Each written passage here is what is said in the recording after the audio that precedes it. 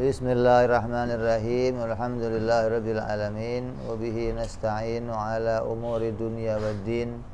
Wassalatu wassalamu ala Rasulillah sayyidina wa habibina wa syafi'ina wa maulana Muhammadin sallallahu alaihi wa ala alihi wa sahbihi ajma'in. Amma ba'du, qala musanniful kitab Hadratus Syekh Salim Ibn Sumair Al-Hadrami rahimahullah wa ghafara lahu wa liwalidayhi summa ila sahibu syarha Imam Nawawi Al-Bantani rahimahullah wa ghafara lahu wa liwalidayhi wa nafa'ana bima fid darain. Allahumma aftah qulubana futuhal arifin wa bihikmatika wansur alaina birahmatika ya arhamar rahimin.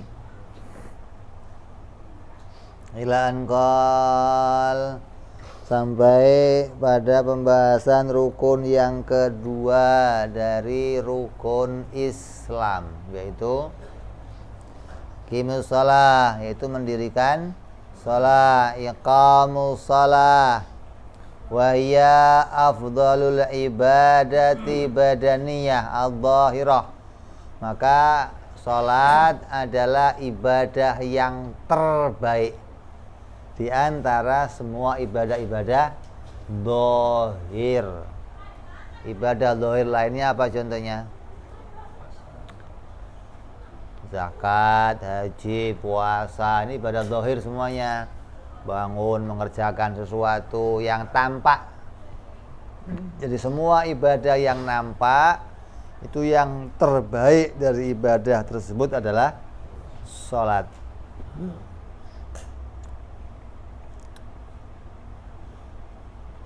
Wa ba'daha saum, setelah sholat apa? Puasa. Wa ba'daha haju, kemudian haji. Wa ba'daha, kemudian setelahnya lagi az-zakat. Jadi urutannya begitu. Kalau mau dihitung, mau diukur pakai kemulyaan, pakai derajat derajat kedudukannya amal ibadah, maka yang pertama adalah sholat, yang kedua adalah puasa, yang ketiga adalah haji, yang keempat adalah zakat. Ini dari ibadah-ibadah apa? Zahir.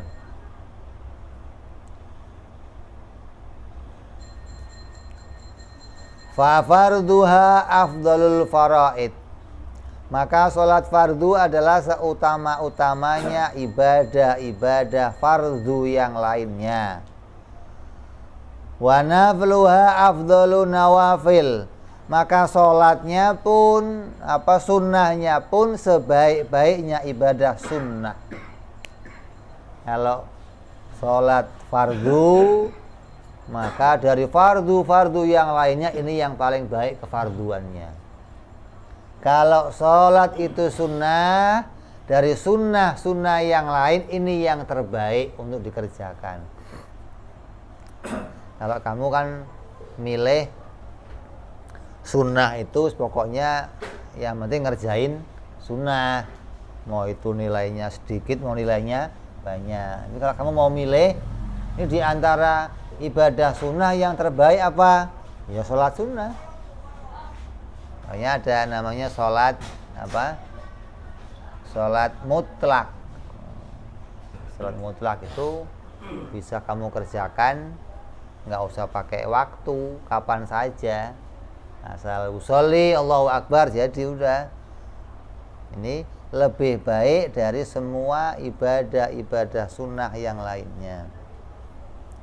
Jadi fardunya terbaik, sunnahnya pun terbaik, itu namanya sholat. Wala yu'adzaru ahadun fitarkiha madamal aqilan, dan tidak diberikan dispensasi seorang pun untuk meninggalkan sholat selama masih berfungsi akalnya. Makanya nggak ada qadha sholat selagi masih waras. walaupun keadaannya nggak bisa berdiri, duduk, nggak bisa duduk, baring, nggak bisa baring, miring, nggak bisa miring, pakai kedip, main mata udah. Tetap selama masih akalnya ada, dia wajib mengerjakan ibadah sholat, kecuali sudah pingsan, kecuali koma, ini berarti sudah nggak ada akalnya, maka dia sudah nggak bisa mengerjakannya lagi. Selagi masih sadar, maka harus mengerjakan. Beda sama puasa. Kalau puasa keadaan sakit, sadar, bisa diundur, ntar aja lah, walaupun itu fardu, apalagi sunnah. Fardunya aja boleh kalau ibadah puasa.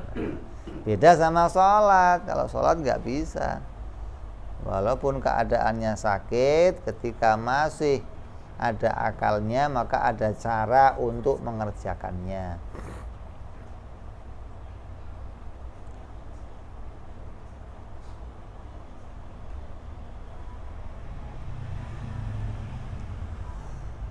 Wa amma ibadatul badaniyah,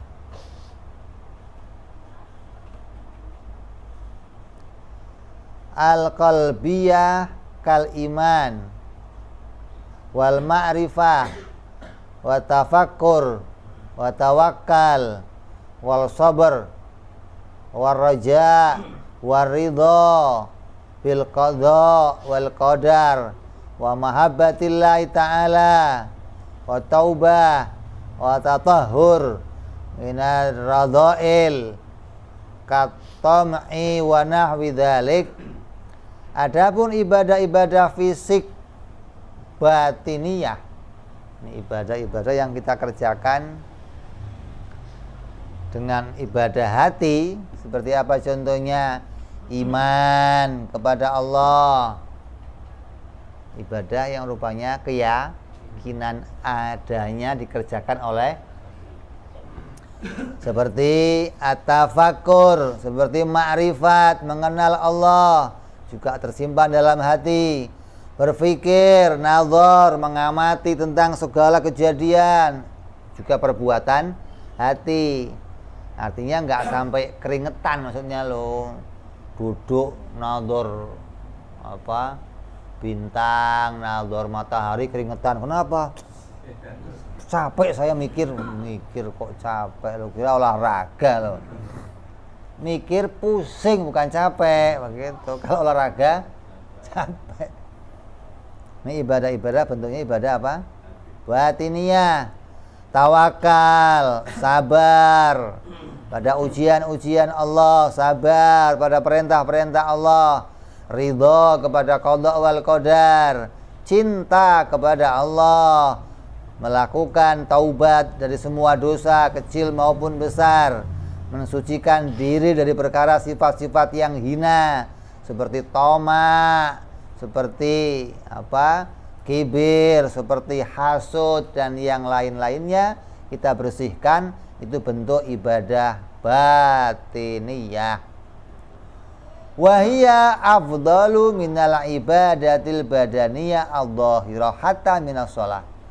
Maka semua ibadah batiniyah itu ibadah yang lebih baik dari ibadah dhahiriyah, walaupun dibandingkan sholat. Jadi kalau sholat terbaik, maka sholat ibadah yang masih nilainya di bawah ibadah batiniyah, seperti iman, ma'rifat, nazar. Ini pahalanya atau keutamaannya lebih baik.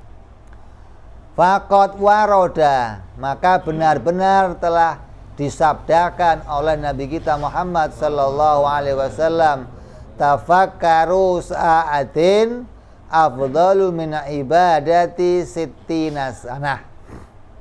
Berpikir sesaat lebih utama dibandingkan 60 tahun. Maksudnya bukan nazar nggak sholat, bukan. Kok hanya mikir aja nggak sholat. Itu dosanya ya. Itu maknanya ibadah yang disertai berpikir, ibadah yang zahir disertai ibadah batin itu lebih baik dari ibadah zahir nggak pakai batin. Itu bandingannya 60 tahun ibadah. Sekali kamu ibadah yang disertai mikir itu lebih baik dari kamu sholat 60 tahun, puasa paginya, malamnya kamu tahajud 60.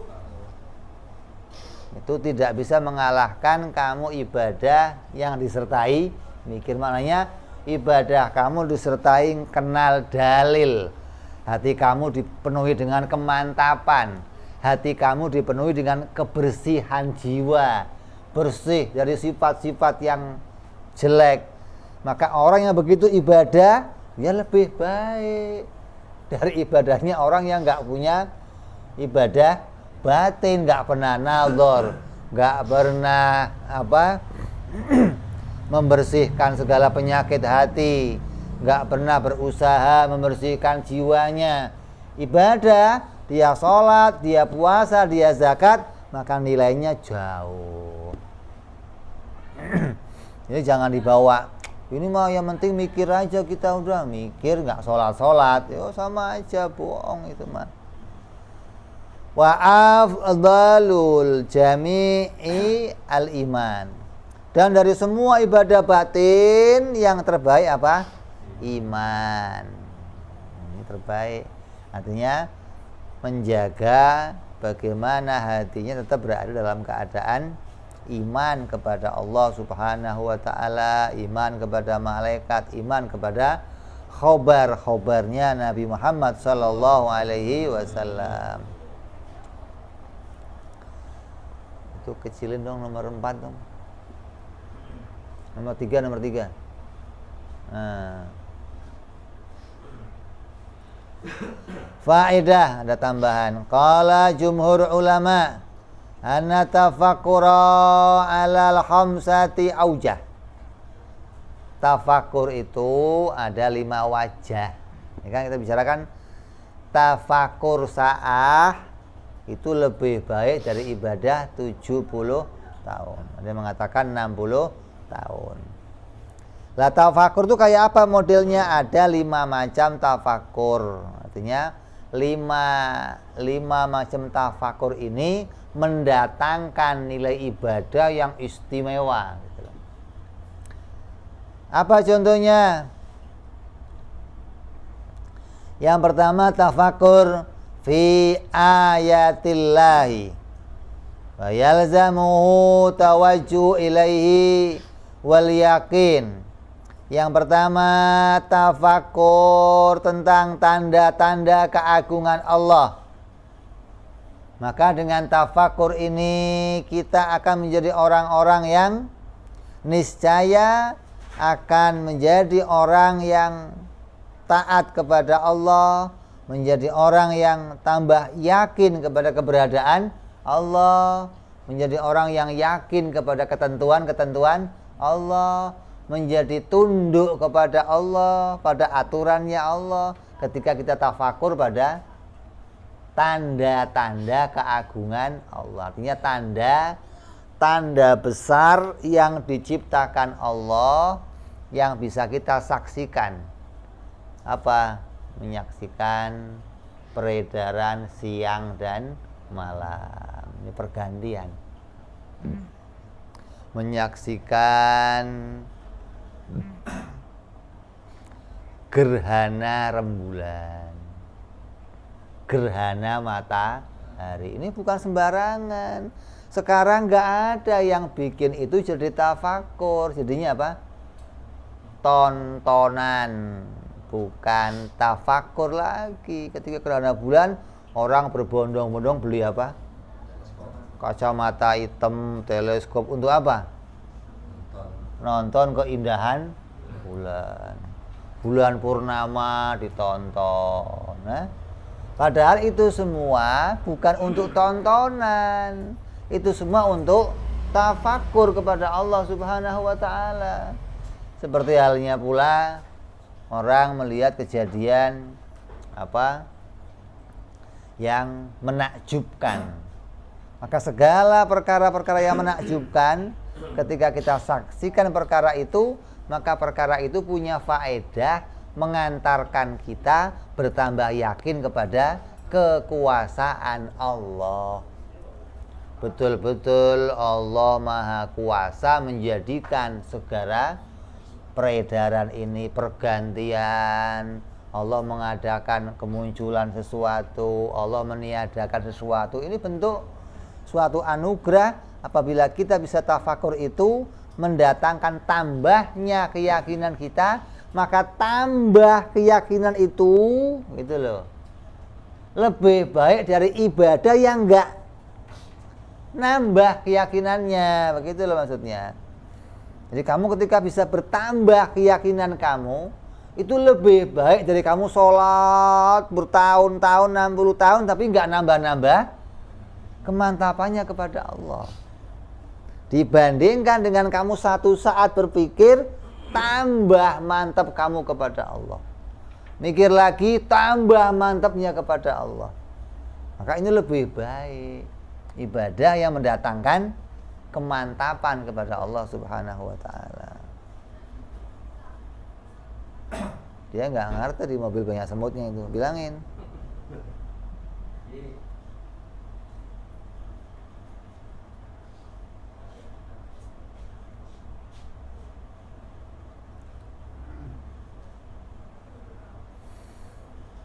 Terus tafakur apalagi yang bisa mendatangkan pahala yang berlipat-lipat?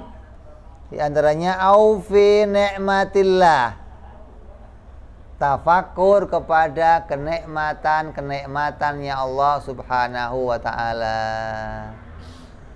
Begitu banyak kita mendapatkan kenikmatan. Wa in ta'udu ni'matallahi la tuhsuha. Kalau kamu mau menghitung nikmat Allah, maka enggak akan mungkin bisa kamu hitung walaupun pakai kal. Paling munculnya apa? Error. Sudah kehabisan nol untuk menghitung nikmatnya Allah. Maka orang yang berpikir pada kenikmatannya Allah, wa yatawalladu anhul mahabbah, maka menumbuhkan tambah cinta kepada Allah. Manusia itu dibikin oleh Allah sebenarnya mudah. Manusia itu dibikin kepada Allah, ya enggak manusia, makhluk, hewan, jin, dibikin oleh Allah itu, kalau dia nerima kebaikan dari seseorang, dia akan condong sama orang itu. Itu kodratnya kita semuanya. Kamu ada hewan, kamu kasih empan, besok kasih lagi, condong sama kamu dia langsung. Macan yang galak, sebulan kamu kasih makan tiap hari makan, besok dateng gini, nggak aung-aung nggak. Preman yang tatonya dari jidat sampai jempol, kerjanya bunuhin orang, tiap hari kamu kasih, ya miring-miring besok, monggo Pak, gitu. Itu sudah kodrat kita, gitu loh. Jadi ketika kita mendapat kebaikan dari seseorang, hati akan luluh, hati akan mudah tersentuh, akan ingin tambah kenal sama orangnya, akan senang sama orang itu kodratnya kita. Nah, ketika kita tafakur pada kenikmatan Allah, baiknya kebaikan Allah, maka hati bisa tambah cinta kepada Allah Subhanahu wa ta'ala. Ini harapannya begitu. Kalau enggak begitu bagaimana? Nggak ada jalan untuk kamu bisa cinta kepada Allah tanpa dengan melihat banyaknya kenikmatan Allah. Ini orang-orang kayak kita, orang-orang yang yang kalau dikasih kebaikan masih mudah luntur. Ini caranya untuk meningkatkan ya dengan cara ini. Makanya kita diingatkan oleh musonef, bagaimana kalau kamu bisa meningkatkan ini semua, maka akan tambah keimanan kamu kepada Allah Subhanahu wa ta'ala. Apa yang kedua tadi? Berpikir tentang nikmatnya Allah. Dari mulai nikmat dikasih mata, bangun tidur melek, lihat orang yang buta, Allah alhamdulillah. Nah, ya kalau kamu kok sering ketemu sama orang-orang yang tidak mendapat kenikmatan, maka kita akan muncul syukur. Maka sering-sering kalau kamu pengen muncul syukur, tiap hari ke koja kamu. Dari lantai bawah ke lantai atas, tiap kamar alhamdulillah.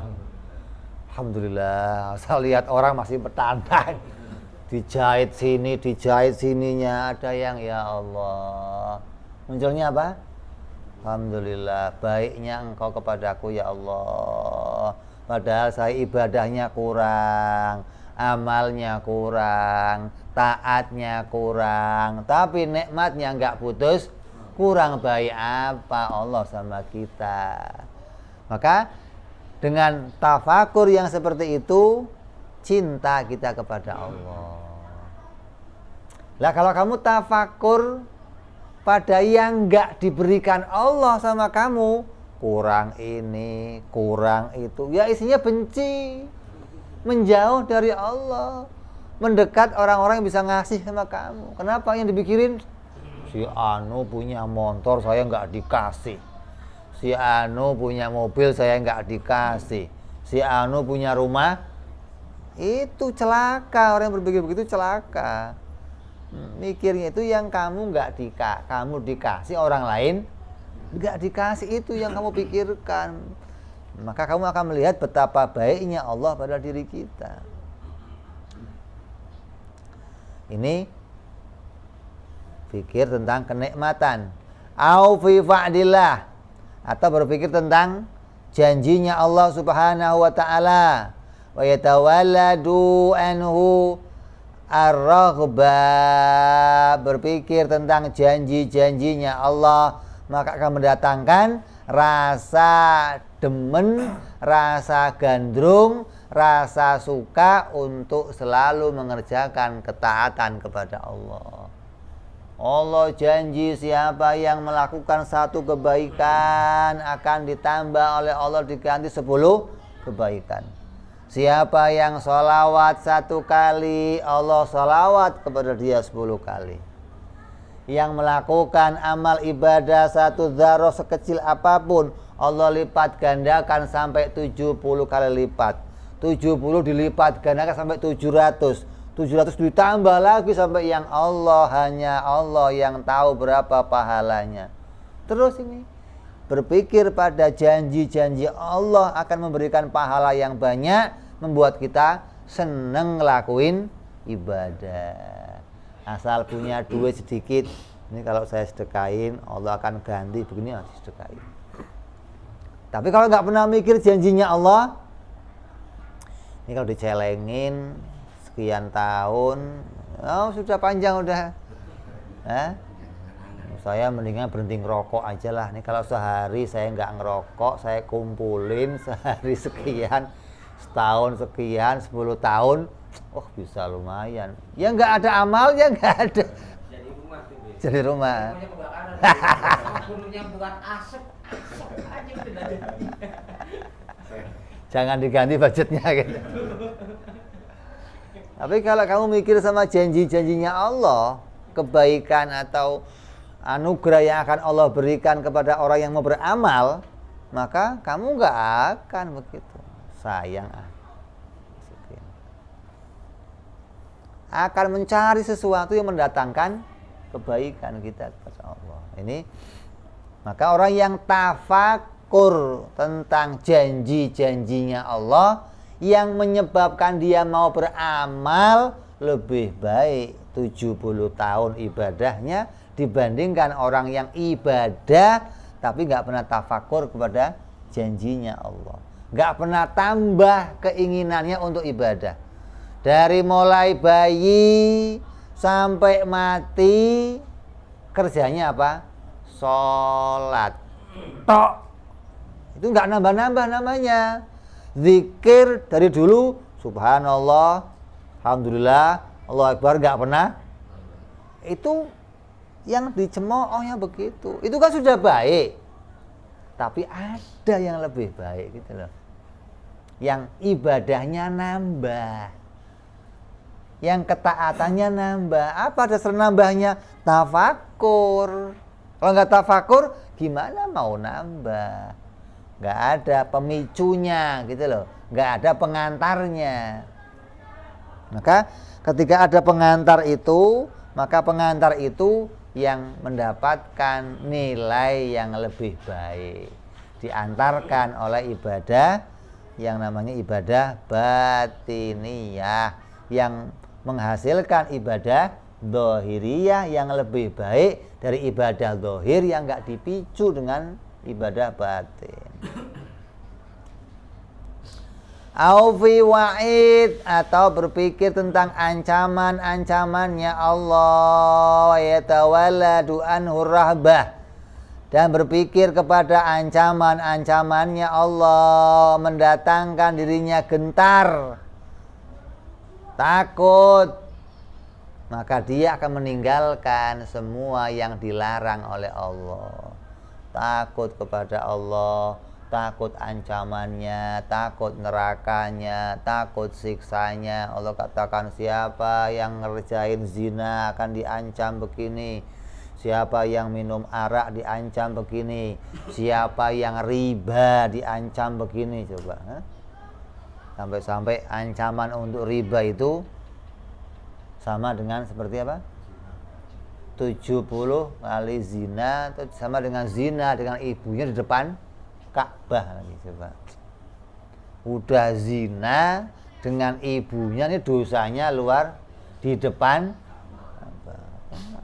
Ancamannya luar biasa. Setelah orang yang tafakur, banyak mengamati, banyak mengingat ancaman-ancaman ini, pasti mendatangkan dia menjauhi semua perkara yang dilarang oleh Allah. Nah, ibadah yang demikian lebih baik dari ibadah yang kamu nggak pernah menjauhi itu semua. Gitu. Au fi taksirin nafsi anit ta'ati wa yatawalladu anhu arhaya. Ya Allah. Terus berpikir kepada kecerobohan dirinya sendiri. Berpikir tentang sedikitnya amal ibadahnya sendiri. Berpikir melihat begitu lebih banyaknya orang lain ibadah dibandingkan, sementara kenikmatannya sama dengan yang mereka lakukan. Muncul apa? Malu kepada Allah. Ya Allah, saya ini apa ya Allah? Pantas kalau fulan mendapat kemuliaan. Kenapa? Taatnya banyak kepada Engkau ya Allah, amalnya banyak kepada Engkau ya Allah. Nah saya ya Allah, udah ibadahnya bisanya subuh doang, nggak pakai sunnah. Kadang subuhnya sholli fal subhi kawanan lillahi ta'ala segala ya Allah. Bukan adaan, bukan kawanan, kan repot. Kesiangan maksudnya. Ya Allah. Tapi kenikmatan yang Engkau berikan ya Allah begitu banyak. Nikmat yang belum bisa kami syukuri begitu banyak. Nikmat yang baru Engkau datangkan lagi kepada kami ya Allah. Tafakur hal ini munculnya apa? Malu kepada Allah. Maka orang itu diminta untuk punya waktu sendiri. Jangan kumpul terus sama orang. Kalau kamu kumpul terus sama orang, nggak punya waktu kamu untuk tafakur ini. Kan bisa Beb tafakur sambil ngobrol, nggak bisa. Kalau hasil nggak sempurna hasilnya. Beda dengan kamu sendirian akan punya hasil yang sempurna.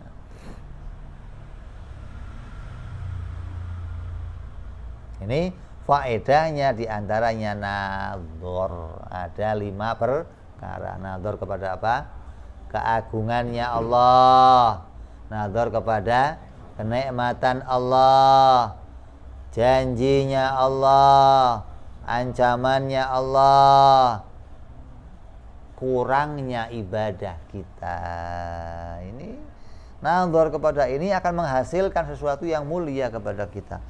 Qala Imam Ahmad ibnu Athaillah rahimahullah, min alamatil mautil qalbi adamul huzni ala ma fataka minat ta'ati wa tarkin nadami ala ma fa'altahu ala ma fa'alathu min wujudiz zalat.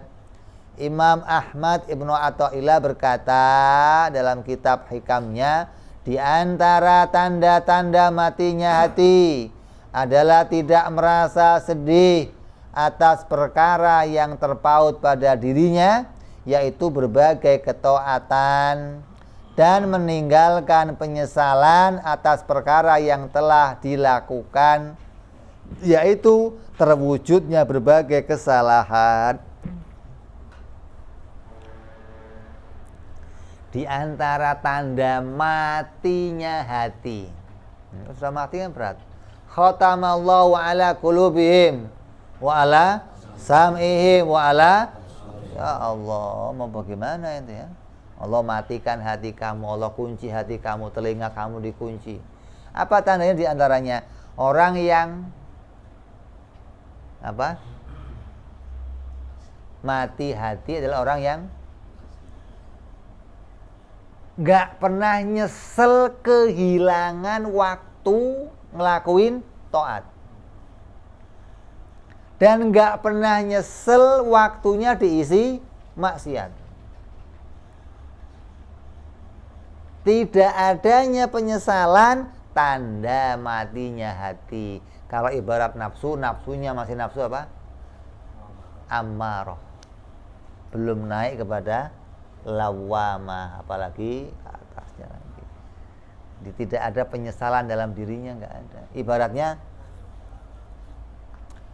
kalau kamu itu main bola di depan gawang, bola sudah pas, tinggal nendang, kepleset, gagal, biasa aja tuh. Ntar juga ada kesempatan lain lagi. Nggak nyesel, kenapa tadi nggak saya golin. Nggak ada penyesalan, mati hati kamu berarti. Atau berbuat satu kesalahan yang menyebabkan tadi nggak bisa mencetak, biasa-biasa aja tuh. Kamu nggak nyesel, pelatih kamu yang out, setan kamu. Orang depan mata kok tenang-tenang aja. Bukan pemain kamu, keluar. Pemain apa begitu? Pemain kok nggak jelas. Nah, Allah menunjukkan orang yang dalam dirinya nggak punya penyesalan, tandanya hatinya mati. Maka kamu harus nyesel, ya Allah, hari ini yang saya kerjakan apa? Ngapain tadi saya seharian kok cuma begini ya Allah, minta ampun ya Allah, waktu saya habis tidak mendapatkan keuntungan apapun. Ini harus disesali. Ada hal-hal yang jelek yang saya kerjakan, kenapa nggak saya pilih yang baik? Ini sesali. Maka penyesalan hati, tanda hatinya hidup. Walaupun kerjanya masih itu-itu saja, tapi ada senantiasa tandanya apa? Hatinya hidup. Qala aidan, berkata pula Imam Ahmad, ala fuqdani ta'at fil hali ma'adami an-nuhudi aw irtifa'i ilaiha fil mustaqbal min alamatil ikhtirar. Dan beliau pun berkata bersedih atas ketiadaannya berbagai ketaatan di saat itu juga, disertai dengan ketiadaan membangkitkan diri, yaitu bersemangat tinggi untuk melakukan ketaatan. Berbagai ketaatan itu di masa yang akan datang adalah termasuk di antara tanda-tanda terperdaya oleh setan. Ini serem ini. Ada orang datang pengajian, dengar siapa orangnya yang riba, maka dia akan dihukumi oleh Allah hukum yang berat, sama dengan zina dengan ibunya. Nangis dia, ya Allah, menyesal dia. Pulang riba lagi. Itu alamat apa? Tertipu dia sama bujukan setan. Jadi nyesel pada waktu itu, tapi nggak ada action gitu loh. Action perubahan. Kalau kamu sudah, saya nyesel ya Allah, sampai rumah keluarkan barang ribanya. Saya mencuri, ya Allah nyesel, tahu hukum mencuri. Pulang rumah, buang barangnya. Itu actionnya namanya. Ini nangisnya kencang banget, tapi eman-eman. Ini tandanya apa? Tandanya apa? Tertipu sama bujukannya setan. Ini diingatkan kita. Jadi kamu jangan kelihatannya orang nangis, orang baik, enggak, coba ada actionnya enggak dulu. Kalau enggak ada actionnya, enggak ada nilainya, enggak ada. Tangisannya enggak bernilai gitu loh. Penyesalannya enggak ada nilainya. Kecuali kamu tampakkan dengan action, dengan perubahan, dengan praktek beramal kebaikan. Tandanya begitu. Tiap hari ribut. Nah, kasih tahu siapa orang yang mau mendengarkan omelan istrinya, sabar sama omelan istrinya, pahalanya wali-walinya Allah. Di antara orang yang dicintai oleh Allah, orang yang mau dengar omelannya istri, sabar dengan omelannya istri, nilai pahala sabarnya istimewa. Tapi orang yang nggak pernah sabar sama omelannya istri, dihukum oleh Allah. Nyesel dia, tapi nggak ada perubahan, tetap aja, cerewet loh ya. Dasar pakai pisang sumpel lagi. Nah, ini makanya ada, ada wali-walinya Allah itu yang sampai jadi wali gara-gara istrinya cerewet, dan dia sabar denger cerewetnya itu gitu loh. Sabarnya itu menaikkan pangkatnya di hadapan Allah. Bukan, saya kan laki-laki masa begini.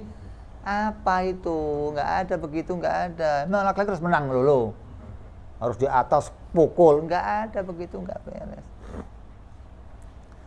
Begitu pula wanita yang sampai mengucapkan minta talak kepada suaminya, nggak nyium bau surga. Nah, itu gitu. Wanita yang sampai ngomel depan suaminya, nggak nyium baunya surga. Tapi nggak usah suami yang ngomong, lu nggak nyium bau surga, lu nggak usah, lu diem aja, biar kiai yang ngomong. Lah kalau istri nggak tahan mau minta suaminya biar nyerahin dia, gimana caranya? Ke pengadilan. Pak, saya mau ngajuin cerai. Hakim yang manggil suaminya nanti. Bukan istri yang ngomong, saya minta cerai. Ini juga nggak beres. Gitu. Makanya orang kan sudah nggak punya hukum, nggak pernah ngaji, susah semua udah. Nggak tahu bagaimana menempatkannya, begitu loh. Sama kayak orang nagih hutang sama bayar hutang. Kadang hadis yang nagih dipakai hadis yang ini nggak jelas juga. Siapa orangnya yang merelakan hutangnya? Oh, itu hadis saya yang baca, jangan kamu yang. Dia kadang salah hadis juga, dia salah ayat. Itu buat yang ngutangin. Yang ngating lu yang baca gitu. Ya Allah, ini kita harus tahu bagaimana menempatkan itu semua. Kemudian ada lagi faedah.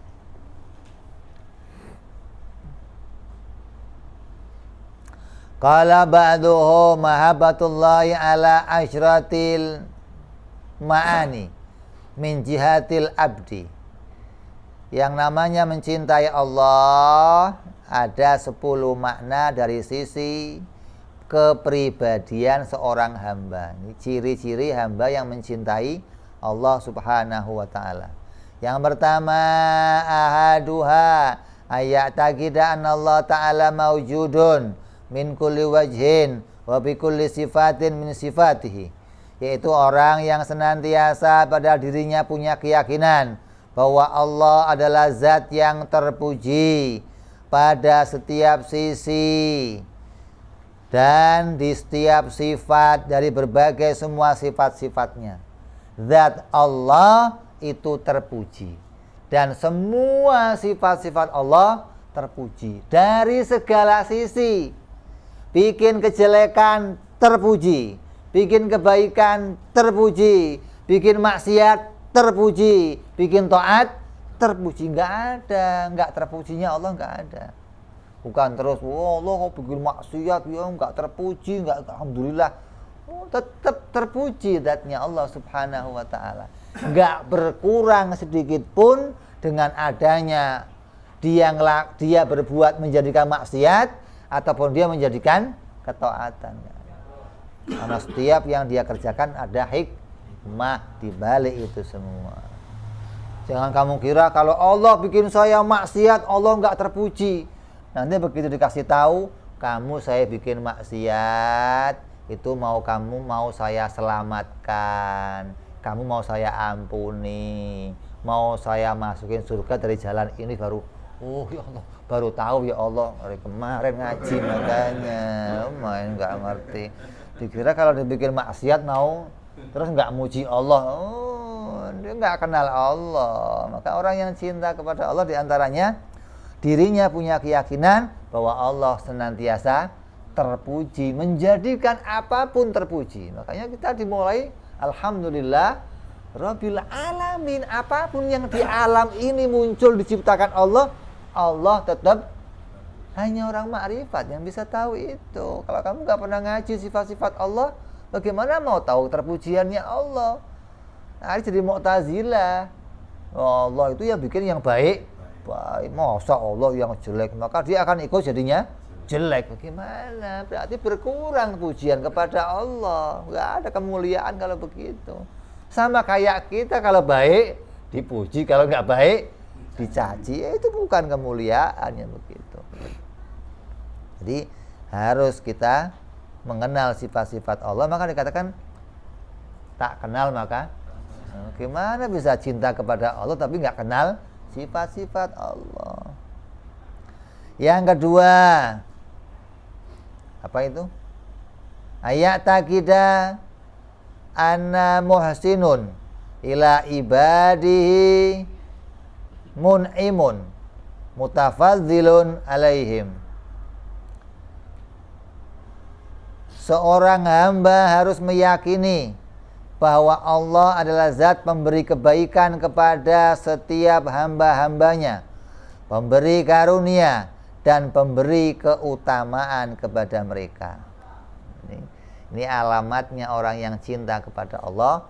Penampakannya itu pribadinya akan selalu punya keyakinan bahwa Allah adalah pemberi kebaikan, Allah pemberi karunia, Allah pemberi keutamaan dari segala apapun yang tampak di hadapan kamu, dikasih sakit, dikasih kerjaannya maju, jatuh, dikasih melarat, dikasih Allah pembuka karunia. Lah kok kamu bikin melarat segini gimana kok karunia? Nggak tahu dia. Yang namanya panah kalau mau maju itu mundur dulu, tahu nggak? Nggak bisa panah langsung maju, nggak bisa. Mundur baru begitu. Jadi Allah bikin saya jatuh, bikin saya begini, ini lagi dimundurin apa? Habis ini lihat, meroket kita, ekonomi naik habis ini. Itu begitu, harus punya begitu. Kalau nggak begitu bagaimana? Jadi akan muncul bahwa segala yang diciptakan Allah penuh kebaikan. Karena hikmah itu ada hikmah yang kita tahu, ada yang kita nggak tahu. Maka ketidaktahuan kita itu jangan mengurangi kebaikan Allah, jangan mengurangi kemuliaannya Allah. Kalau kita nggak tahu hikmahnya, kenapa kok begini? Enggak, terus puji Allah Subhanahu wa taala. Tandanya kamu cinta kepada Allah. Terus yang ketiga, salituha ayat takidah annal ihsana minhu ilal abdi akbaru wa ajallu min ayyuqabalu biqaulin au amalin minhu wa in hasuna wa kathura. Seorang hamba harus meyakini bahwa kebaikan dari Allah kepada dirinya lebih besar dan lebih agung daripada balasan yang sepadan si hamba, baik dengan ucapan, perbuatan meskipun bagus dan banyak. Kamu harus punya keyakinan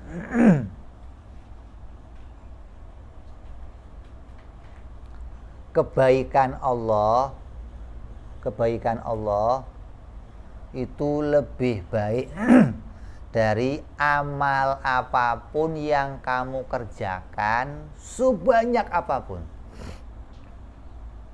Contoh, kita ibadah, sholat, haji, puasa, zakat, kamu ibadah.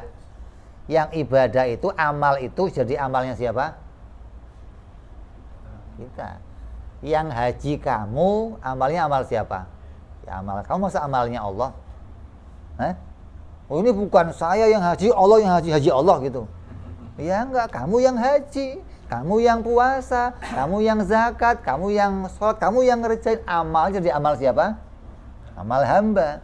Nah, amal hamba, sholat yang banyak, haji yang banyak, zakat yang banyak, itu enggak lebih utama dari satu kebaikan Allah. Apa? Allah berikan hidayah kepada kamu. Allah berikan taufik kepada kamu. Karena semua amal itu enggak akan terlaksana kalau enggak taufik dari Allah. Taufiknya satu, amal kamu banyak, lebih baik dari taufik yang satu ini. Kenapa? Karena taufik itu datang dari Allah, amal itu datang dari kita. Maka yang dari kita itu enggak ada kebaikannya apa-apa dibandingkan yang datang dari Allah Subhanahu wa taala. Jadi kalau mau melihat itu jangan melihatnya kenapa kok saya dikasih sedikit, jangan melihat begitu. Lihatnya bagaimana? Kenapa kok saya yang dipilih oleh Allah dapat itu, walaupun cuman yang lain kan masih banyak. Tandanya apa? Allah cinta sama saya, Allah sayang kepada saya, karena saya yang dikasih oleh Allah walaupun sedikit. Gitu. Jangan terus segini doang, tapi yang lain nggak dikasih, cuman kamu yang dikasih. Untung Allah kasih kamu petunjuk, Allah kasih kamu hidayah, taufik, bisa sholat, bisa ngaji, duduk di sini. Yang lain coba ke diskotik, maksiat. Jangan terus dianggap masa cuma begini doang ngasihnya. Oh, nggak ngerti. Jadi orang yang cinta kepada Allah harus punya keyakinan ini dalam hatinya. Yang keempat, wa arba'uha ayat takidah qillata qadayahu alaihi wa qillata takalifihi. Ya.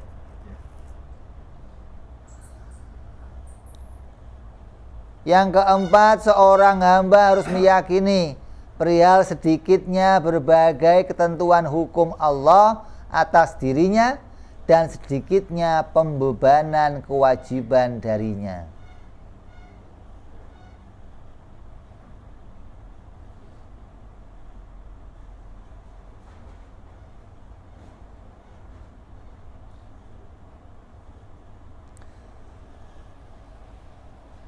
(24 jam). Kamu disuruh sholat berapa kali? Setiap sholat berapa kali? Berapa menit? Hah? Pernah kamu sekali sholat setengah jam pernah? Hah? Itu lupa rokaat berarti kamu sholat zuhur setengah jam. Ngelamun lu, ketiduran itu. Taruh 10 menit. 5 kali berapa? 50. Sisanya berapa? Dari 24 jam sisa berapa itu berarti? Ya Allah, sedikit. Waktu yang Allah perintah kita sedikit sebenarnya. Tapi kita masih lebih sedikit lagi ngerjainnya, ya Allah. Padahal waktunya sudah sedikit Allah perintah. Enggak terus sehari 50 kali sejam sholat, enggak kober kemana-mana kamu. Bisa kamu tinggal semua itu. Ini yang cuman 5 kali. Kalau di total cuman 1 jam, itu masih diringkes lagi. Kadang yang 4 jadi 2, kadang sunah ditinggal, kadang Allahumma antas, bukan Allahumma lantas jalan. Allah, ini tandanya orang yang cinta kepada Allah harus meyakini, ya Allah, ini sedikit ya Allah. Jadi betapa dia tahu Allah itu sayang kepada dirinya. Allah memberikan dia peluang untuk ibadah, untuk ngerjain yang sunnah. Kalau yang wajib cuman yang sunnah tambahin. Makanya orang-orang dulu itu nggak pernah ninggalin sholat, tetap 50 kali sehari. Orang dulu begitu. Walaupun dirinya diperintah cuman 17 rakaat, dia tambahin qobliyah, tambahin ba'diyah, tambahin duha, tambahin tahajud, tambahin habis maghrib nawafil, sholat 6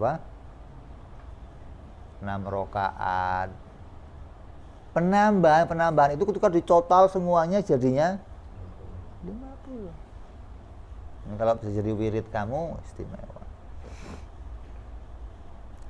Terus yang kelima, wa khamisuha ayyakuna fi amatin awqati khaifan wajilan min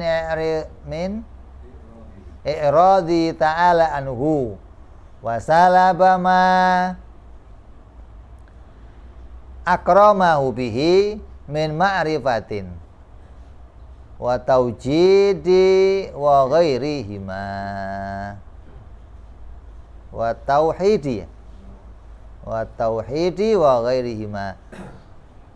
Seseorang hamba ada di sepenuh waktu-waktunya dalam khawatir dan takut dari berpalingnya Allah dari dirinya dan tercabut sesuatu yang telah Allah memuliakan darinya. Dengan sesuatu itu berupa ma'rifat dan tauhid dan kebaikan-kebaikan lainnya. Khawatir, senantiasa khawatir. Orang yang cinta kepada Allah senantiasa khawatir kalau Allah nggak cinta lagi sama dia. Saya cinta sama Allah, tapi khawatir kalau Allah nggak cinta. bertepuk sebelah, kan repot. Jangan sampai ma'rifatnya kepada Allah, pengetahuannya diambil, tauhidnya diambil, taufiknya untuk ibadah diambil hingga dia malas ibadah, hafalannya diambil oleh Allah. Ini yang dikhawatirkan. Makanya Imam Syafi'i radhiyallahu anhu Imam Syafi'i pernah baca Fatihah salah waktu jadi imam. Ini pernah? Enggak pernah. Enggak pernah jadi imam. Artinya kalaupun salah, bacaan surat yang lain. Kalau Fatihah ngelotok dah gitu. Ini Imam Syafi'i. Fatihah diingatkan belakangnya, coba. Selesai sholat, apa ini? Kenapa saya? Oh, ini orang yang punya kekhawatiran. Dia khawatir kalau sudah nggak dimuliakan lagi, sudah nggak. Padahal ada kesalahan yang kemudian Allah mengingatkannya. Tandanya Allah cinta kepada dia, begitu loh. Yang namanya orang tua kalau nyentil anaknya, benci apa cinta? Cinta, sayang kepada anaknya. Kitanya yang kemudian khawatir, kok saya disentil, kenapa? Oh, itu tandanya cinta kepada. Ini orang yang cinta kepada Allah senantiasa punya rasa itu dalam hatinya. Wasadisuha ayyara annahu fi jami' ahwalihi wa amalihi muftaqiran ilaihi la ghina lahu minhu. Seseorang yang melihat bahwasannya dirinya di semua keadaan dirinya dan harapan-harapan dirinya adalah butuh kepada Allah, tidak merasa kaya pada dirinya, baginya terhadap Allah Subhanahu wa ta'ala. Senantiasa menyadari iftikor. Ini nafsiyah kita apa? Iftikor, disadari senantiasa butuh pertolongan Allah. Hatta ngangkat nasi butuh pertolongan, hatta kedipnya mata butuh pertolongan, hatta melangkahnya kaki butuh pertolongan. Ini kesadaran ini begitu istimewa. Makanya Nabi sallallahu alaihi wasallam kalau sedang ngunyah nasi nggak pernah nyiapin nasi yang baru. Kenapa? Ini untuk masuk aja butuh pertolongan. Ini belum selesai ditolong Allah untuk masuk. Gimana saya meminta tolong lagi yang baru? Ini untuk masuk juga butuh. Ngelangkah kaki nggak pernah mikirin langkah yang ini. Kenapa? Ini nyampe aja saya belum tahu. Ini butuh pertolongan Allah untuk nyampe. Kalau kita kan enggak. Ini dari sini ke sono, ntar ke sono, ntar ini selangkah aja. Kayak langkah sendiri, jalan sendiri. Ini orang yang cinta kepada Allah senantiasa menampilkan dirinya senantiasa butuh pada pertolongan Allah di setiap waktu. Ini orang-orang yang ma'rifat kepada Allah, yang tahu dirinya apa? Iftikor di seluruh keadaan. Kenapa kok butuh?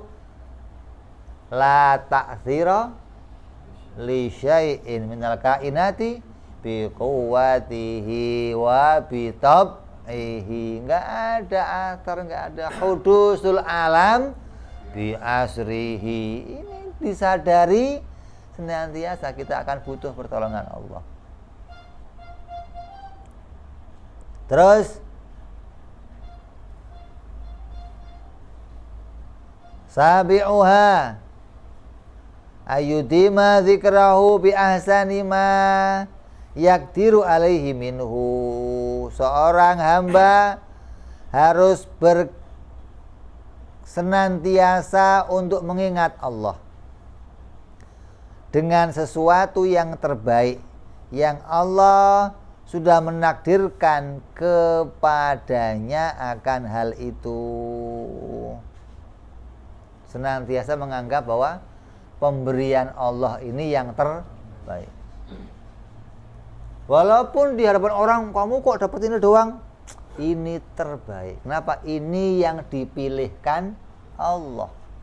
Lebih baik dari pilihan saya atau pilihan yang orang milihin ini buat kamu bagus, tapi Allah milihinnya ini yang terbaik. Kenapa? Ini pilihan Allah. Kok bisa? Allah Maha mengetahui hingga tahu mana yang terbaik untuk saya. Anak kecil dibeliin mobil Ferrari, ini hadiah terbaik buat kamu. Ferrarinya baik, buat kamunya nggak baik jadinya, gitu loh.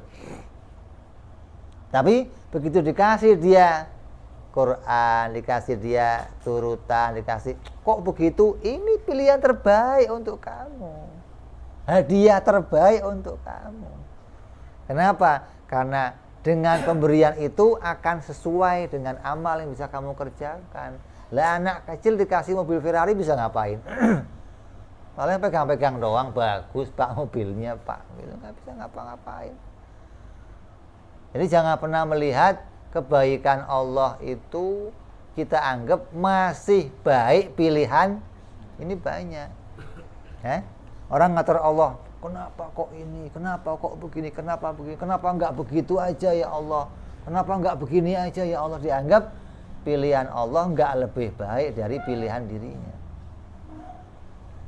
Makanya kita harus sadari kalau kita bagian orang-orang yang cinta kepada Allah, maka kita akan mengakui yang dipilihkan Allah pasti yang terbaik. Walaupun itu pahit, walaupun itu menyedihkan, walaupun itu menyakitkan, ketika itu dipilih oleh Allah, maka itu jadi pilihan yang terbaik. Kenapa? Di balik ini ada hikmah yang kita nggak tahu. Ada riwayat yang banyak tentang ini. Ada orang pesan sama istrinya, tolong dokumen saya masukin tas, besok saya pagi-pagi harus ke kantor, mau rapat penting. Tidur suaminya ngantuk. Kata istrinya, mau cuman masukin besok pagi aja lah, gampang. Begitu pagi dia bangun, wah anaknya sakit, mencret, ngompol. Yang satu mau sarapan, satu sampai dokumen. Suaminya yang lihat tas sudah siap, main angkat aja, nggak ngecek, sarapan berangkat. Sampai di bis duduk, buka atas, dokumen nggak ada. Istri kurang ajar, istri sialan, sepanjang jalan ngomel aja. Sampai ke rumah, ambil dokumen, masukin, berangkat lagi. Sampai di bis masih ngomel aja. Dapat bis yang kedua, duduk sebelah supir. Pak, cerewet, diem aja sih pak. Rapat ketinggalan, saya ini keuntungan sekian, rugi. Kenapa? Saya harusnya pakai bis yang pertama. Gara-gara istri saya pindah bis yang kedua. Kata supirnya, untung pak, untung bagaimana rugi. Bis yang pertama tabrakan pak. Oh yang bener. Untung dong saya, oh tadi lo ngomel-ngomel. Sekarang untung. Nah, begitu loh. Jadi pahit seperti itu ada untungnya. Kamu aja yang nggak tahu apa hikmahnya, gitu loh. Makanya harus punya keyakinan yang diberikan Allah pasti yang terbaik untuk kita. Saminuha yang ke-8. Ayyahrisu ala iqamati faraidihi wa ayyataqarraba ilaihi binawafilihi biqadari taqatihi. Seorang hamba harus berambisi untuk melaksanakan berbagai kefarduan yang diperintahkan oleh Allah, dan ia melakukan pendekatan diri dengan melakukan ibadah yang sunnah-sunnah sesuai kadar kemampuannya. Jangan cuman ngerjain yang wajib-wajib. Jangan milih ibadah gitu loh. Apapun perintah Allah, kalau kamu mau kerjain. Jangan, oh saya mau yang itu kurang senang, yang ini aja lah. Kalau itu perintah Allah, bisa kamu kerjakan. Jangan sampai milih-milih. Saya mau senangnya sunnah ini doang, yang ini saya kurang senang, ini kurang senang. Ini bisa membuat kita menjadi orang yang jauh kepada Allah Subhanahu wa ta'ala. Yang ke-9, tasi'uha ayyasura ayyafraha bima sami'a min ghairihi min thana'i alaihi taqarrubi ilaihi wa jihadin fi sabilihi sirran wa alaniyatan nafsan wa malan wa waladan. Yaitu seorang hamba senantiasa ia merasa senang, ya ini merasa gembira dengan sesuatu yang ia dengar mengenai apa yang terjadi pada orang lain, berupa pujian kepada Allah atau berupa pendekatan diri kepada Allah, dengan berjihad di jalan Allah secara diam-diam dan terang-terangan, dengan jiwa, dengan hartanya maupun dengan anaknya. Hatinya senantiasa gembira kepada kebaikan yang dilihatnya pada orang lain. Tidak cuma dirinya, nggak pernah dia kok berbuat baik, mana ada, itu nggak ikhlas pasti, itu nggak pernah. Selalu husnudzon kepada apa yang dilihatnya pada orang lain, dan dia gembira ketika melihat orang lain, ia dengar orang lain melakukan satu kebaikan. Si fulan jihad, Masya Allah. Si fulan ke masjid, Masya Allah. Lihat orang jalan ke masjid, lihat orang taat, lihat orang bersedekah, seneng dia. Kenapa? Orang lain diberikan kebaikan oleh Allah Subhanahu wa ta'ala. Kayak ada orang main bola, satu grup, yang satu nyetak bola, gol, wah ikut seneng dia. Enggak, kenapa dia yang nyetak, enggak gua aja, ini enggak beresnya begini. Itu namanya apa? Mengedepankan ego, bukan mengedepankan bersamaan. Kalau kebaikan yang dilihat, siapapun yang dapat, kita bersyukur kepada Allah Subhanahu wa ta'ala. Yang ke-10, insami amin ahadin dzikrallahi a'anahu, adalah jika ia mendengar seorang hamba perihal upaya berzikir kepada Allah, maka ia akan membantunya. Senantiasa mau membantu siapapun yang mau melakukan kebaikan untuk Allah. Ada orang mau mengingat Allah, ada orang mau bikin acara keagamaan, bantu. Ada orang mau bikin pesantren, bantu. Mau bikin musola, bantu. Mau bikin acara maulid, bantu. Apapun yang bentuknya zikir, bentuknya amal kepada Allah, bentuknya ibadah yang mau dikerjakan orang lain, kita harus tandanya kamu cinta kepada Allah Subhanahu wa ta'ala. Ini alamat yang bisa kita lihat. Apabila ini semua ada pada kita, maka tandanya kita menjadi orang-orang yang cinta kepada Allah Subhanahu wa ta'ala. Mudah-mudahan kita semua ditolong oleh Allah, dibuka hatinya oleh Allah, dimudahkan oleh Allah, dijaga oleh Allah, menjadi orang-orang yang senantiasa bisa cinta kepada Allah Subhanahu wa ta'ala, selamat di dunia sampai selamat di akhirat. Amin ya rabbal alamin. Wa ila hadratin nabi. Al-Fatihah. A'udzu billahi minasyaitonir rajim. Bismillahirrahmanirrahim. Alhamdulillahirabbil alamin arrahmanirrahim maliki yaumiddin. إياك نعبد وإياك نستعين اهدنا الصراط المستقيم صراط الذين أنعمت عليهم غير المغضوب عليهم ولا الضالين آمين يا ربنا بأننا اقترفنا